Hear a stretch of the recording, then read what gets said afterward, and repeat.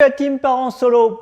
Alors aujourd'hui on va parler d'un sujet qui revient souvent, c'est le crédit de la maison quand on se sépare.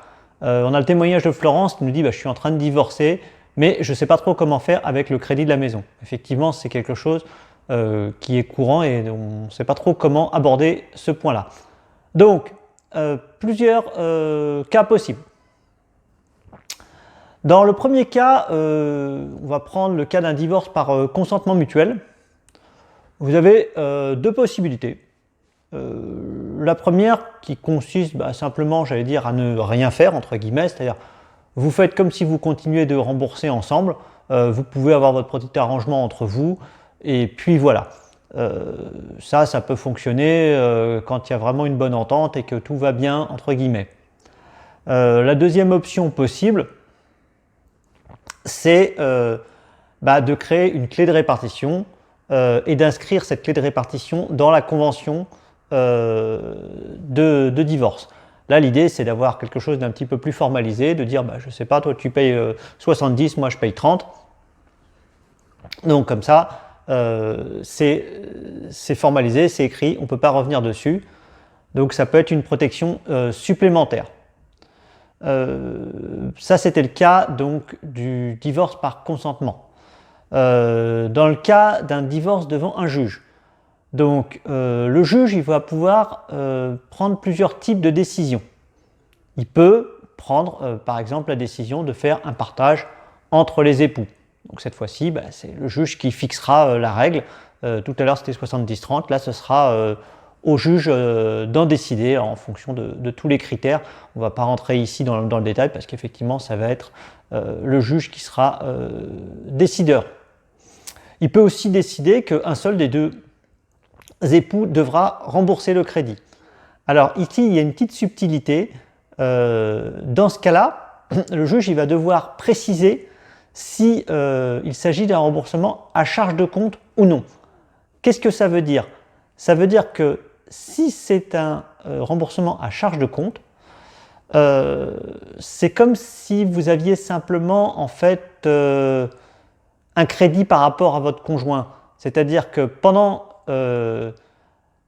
une période, votre conjoint va payer la totalité du crédit, mais ça sera à vous de rembourser la moitié des mensualités payées à la fin de la liquidation. Donc vous ne payez pas tout de suite, mais vous payez quand même. Autre chose qui peut être possible, c'est le délai de grâce. Donc le juge il peut décider que les sommes dues pendant le divorce sont reportées et ne produisent pas d'intérêt. Là l'idée c'est effectivement, vous l'avez compris, vous êtes dans des difficultés financières parce que vous n'arrivez pas à payer pour le moment, vous avez plein d'autres choses à gérer.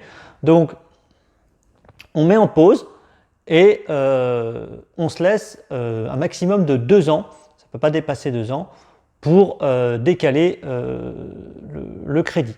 Donc évidemment, pour pouvoir bénéficier d'un délai de grâce, il va falloir que vous puissiez prouver vos difficultés financières. Donc pour ça, c'est le justificatif de ressources, les charges de remboursement, voir s'il y a d'autres crédits. Donc voilà, ça va être l'ensemble de ces informations-là. Il y a quelque chose qui est très très important ici sur la partie crédit de la maison, la partie crédit en général, mais plus particulièrement la maison, c'est ce qu'on appelle le principe de solidarité. Ça veut dire quoi? Ça veut dire qu'en cas de défaut, la banque peut se retourner vers l'un ou l'autre. Et ce qu'il faut bien comprendre, et c'est le plus important ici, c'est que cette solidarité, elle ne disparaît pas avec le divorce. C'est-à-dire qu'à partir du moment où vous êtes divorcé, vous ne pouvez pas dire « c'est bon, c'est tranquille ». Non, ça ne marche pas comme ça. La solidarité, elle ne prend fin qu'à la fin du crédit. Donc, évidemment, pour éviter cela, vous avez plusieurs solutions. Le premier, rembourser par anticipation. Pour éviter le crédit, tout simplement, quand vous allez vendre la maison, vous allez vous retrouver dans cette situation. Le rachat du crédit par l'un ou l'autre, ça dépend des possibilités. Et la troisième possibilité, c'est ce qu'on appelle la désolidarisation. Je l'ai dit du premier coup.